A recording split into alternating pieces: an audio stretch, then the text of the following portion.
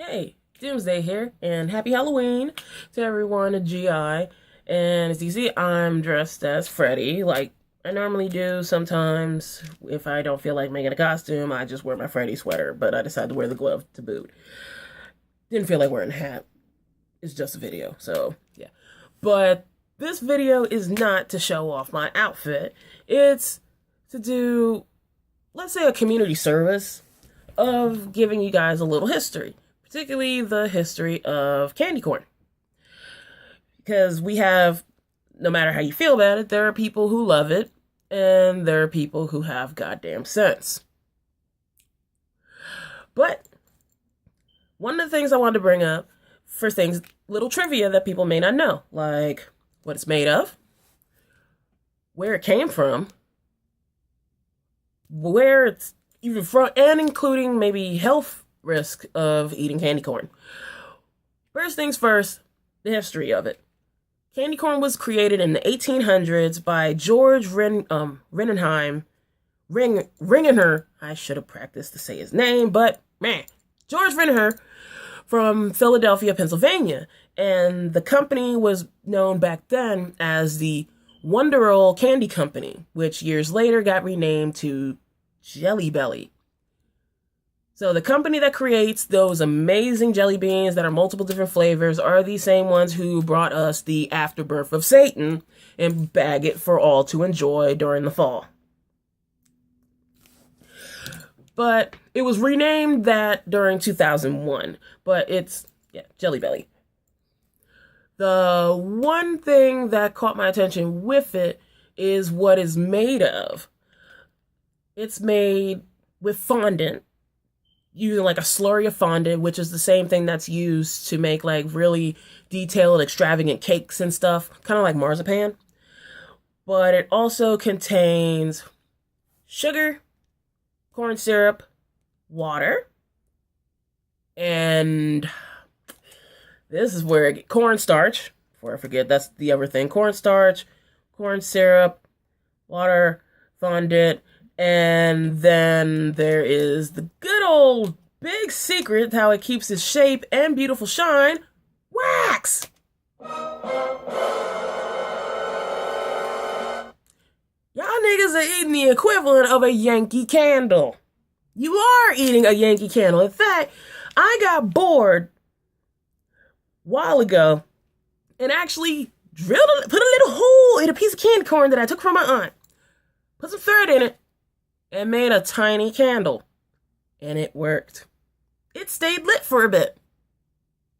Made the room smell interesting too. But the fact that I'm able to make a goddamn candle out of your candy. Look at yourselves. But that ain't the point.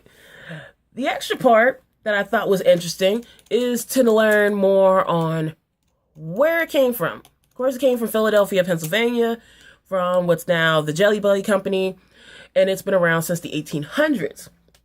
Mind you, most people don't really see them change much about it, which is why I got to thinking and got to investigating that I believe from looking at pictures of candy corn, including the ones that I have purchased over the years to give to my aunt because she likes it because she got no goddamn sense. Love her to death though. Happy birthday, Annie. But from what I can see, you don't see them do a lot of recreating of candy corn. So the theory that I come up with, which actually makes a lot of sense and fits, and experts also agree by saying the same theory, that they are using the same candy corn from the 1800s. I know that comes as a shock. You're most likely sitting there like, fight me, bitch! But when you think about it, you don't see them do different versions. They do have the ones they have for Easter where they, change the colors, make a pastel. That's a whole different batch. But original candy corn / harvest corn and all that, I think they just have the leftovers that people would toss away. There's a landfill full of candy corn, and they just go through the clean ones, sanitize them, and repackage.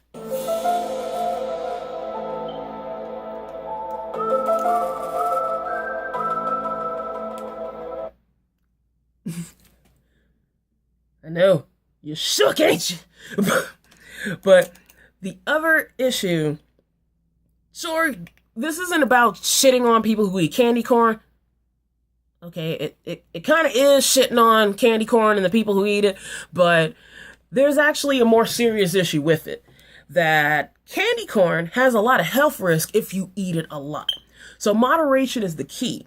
And they actually did test what would happen if you ate candy corn all the time, but in this particular one, 24 hours. Gizmodo recently did a post about it today, actually.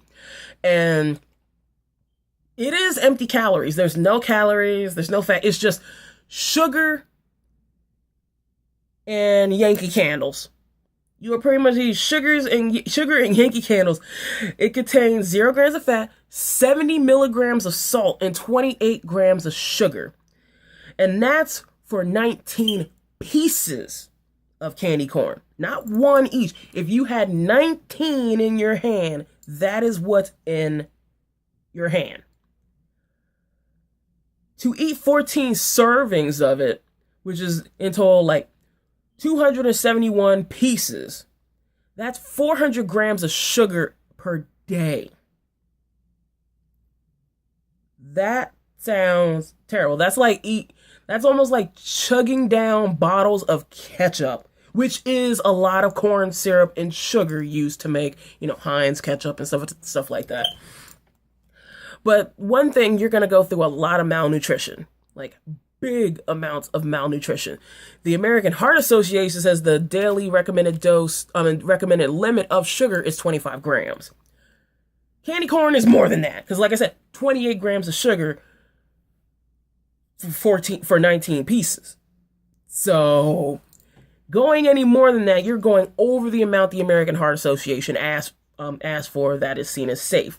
So you're going to go through malnutrition. You're losing pretty much a lot of proteins and minerals and enzymes from eating it frequently. There's a reason why most people, when they eat candy corn, they would only eat like a little bit and then they can't eat anymore because they realize their sins, so they go for something else. But one of the things that will happen from you eating candy corn frequently, you can develop fucking scurvy. I know most of y'all haven't heard that since you played like fucking Assassin's Creed Black Flag or anything dealing with pirates, but scurvy is a real thing. It is a vitamin deficiency. It messes up your muscles, like it weakens the muscles. Scurvy is caused by a huge lack of vitamin C. There is no vitamins in candy corn, so you are losing more of that. Your blood cell count reduces, which makes it hard to heal. So if you have cuts, so it will be almost borderline hemophiliac at that point. And you would most likely die if you keep eating it a lot. But scurvy ain't even the top part. You're going to also go through cases of diabetes, hypertension because of the salt. If you were to eat like about a month of this shit, you're fucked. You thought the whole supersize me shit when that got where Morgan was eating nothing but the McDonald's menu was bad. It's worse if you do this. So it's just, you're pretty much having a sugar-only diet.